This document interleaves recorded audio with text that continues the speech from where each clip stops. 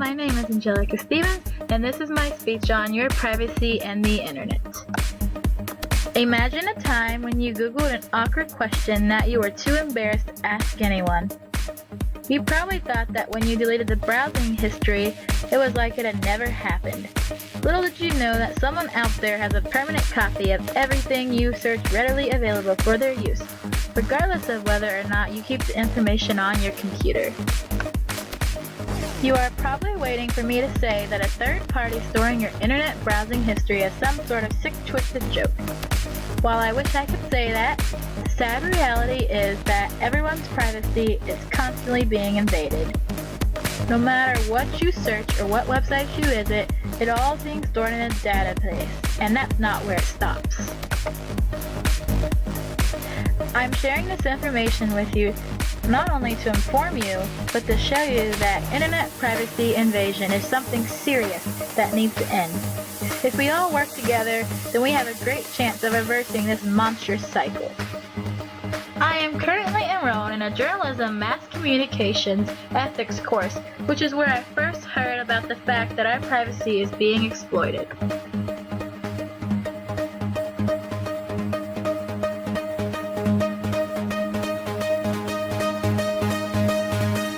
Ever since I saw that documentary my teacher showed us, I grew passionate about the matter. I've done a lot of research to gain an expertise on the matter so that I can share the truth with others and make a difference. I hope that sharing my knowledge with others will start a revolution. People should limit what they do on the internet to protect their privacy. In my speech, I will cover details regarding the information we post online, what these third parties do with the information, and the danger that comes with information being gathered. While there are several ways that our internet privacy is invaded, I will begin with the basics. Who sees our information, and how do they get their hands on it? The information we post online and the things we download are accessed by third parties. Data brokers keep all of our personal information that we post online and keep it in a database. According to a 2013 article on Facebook and Data Brokers by Lawson, data brokers compile information about you, such as your age, race, sex, weight, height, marital status, education level, political beliefs, buying habits, household health, vacation dreams, and more. The problem with all of this is that third parties end up knowing things about us that we would rather keep private. The Fourth Amendment protects against unwarranted searches and seizures, but what is the difference between this and unwarranted access to our personal information? Certain phone apps track where you are at all times, such as the free Flashlight app. According to Kang, in a 2013 Washington Post article on the Flashlight app, the free Flashlight app deceives users by indicating that the data would be used only for internal purposes, the FTC said. It also gave users the fake option to refuse location tracking, collecting, and sharing data with third parties regardless of a consumer's choice, according to the agency. Phone apps tracking our every move is wrong in so many ways. We aren't truly free if our invasion of privacy is extended beyond the internet and the computer. Also, the NSA can get into our computers. According to Zetter, in a 2014 Wired.com article, spy tools, whether designed by intelligence agencies, cyber crooks, or internet creeps, can turn your camera on without illuminating the indicator light. Naturally, there are even online tutorials available to instruct neophyte hackers on how to hijack your webcam. Zetter also mentions that the NSA uses a spy tool called Gumfish to hack into computers and take pictures of webcam users. It can also hack your computer microphone to listen in to what you are saying. The fact that the NSA can listen into what we are saying and even see us when we are simply using our computers is a clear violation of our privacy and rights as a human being. How can we call America a democracy if the government is taking away all of our rights and acting as though they own us? After finding this out, I decided to cover up my webcam and turn off my computer when I want to have a private conversation with a friend or a loved one. Third parties not only only see our personal information, they share it with others as well. And these third parties use and distribute our personal information without our knowledge. According to Lawson, data brokers install a cookie on your computer that tracks the website you visit, and then turns around and sells this information to whoever wants it. This is a bit unsettling because we have no idea who has a copy of our web browsing history and what is their intent on keeping it. I myself always fear that someone will use something I searched on the internet to blackmail me one day. Also, a record of our purchases online is kept so that companies can access this information.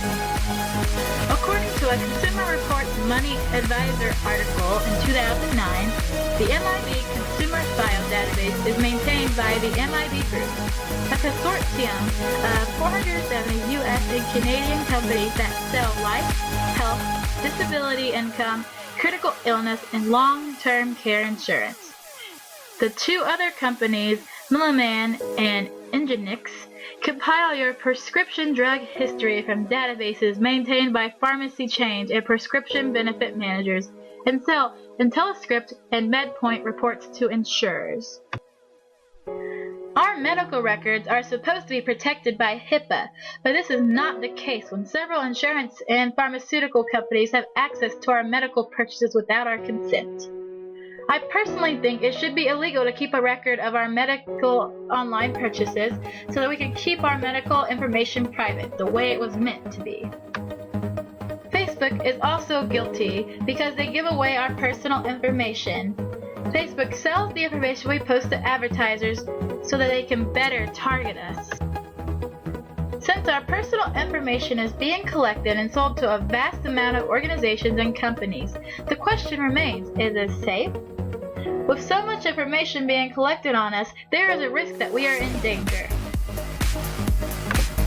According to Wayne, in a 2012 article in the Journal of Criminal Law and Criminology, data brokers are not regulated. Currently, the only way to remove and expunge conviction from a data broker's records is to personally request that the information be removed. This is a serious issue because we are not aware which companies have our personal information, which means that your conviction may never be permanently erased. This can be problematic when it comes to getting hired at places or getting into colleges, since they may find a way to get information on your old conviction and choose not to hire or accept you. Along with this, data systems can also be hacked. According to Silver in the 2013 article on the hazards of data collection, 3 weeks ago, Vietnamese criminals posing as U.S.-based private investigators successfully conned a subsidiary of the massive U.S. credit bureau, Experian, into selling them social security and driver license numbers, bank account information, credit card data, and birthdays of hundreds of thousands, if not millions, of Americans. Since there are several criminals out there with the intelligence to hack even the most secure system, this means that pretty much all of our personal information and money is at risk of getting into the hands of the wrong person. I would argue that this should be the biggest reason why our information should not be stored and accessed by anyone else. There are several ways in which our privacy is compromised, but there is still hope. From this speech, you learned who sees your personal information and how, what these people do with your information, and the risks that come along with this. Therefore, people should limit what they do on the internet to protect their privacy. The fact that so much of our personal information is viewed by third parties and used without our consent is a serious fact that shouldn't be ignored. If we take a stand against this authority abuse, then we can make a difference and live to see a change.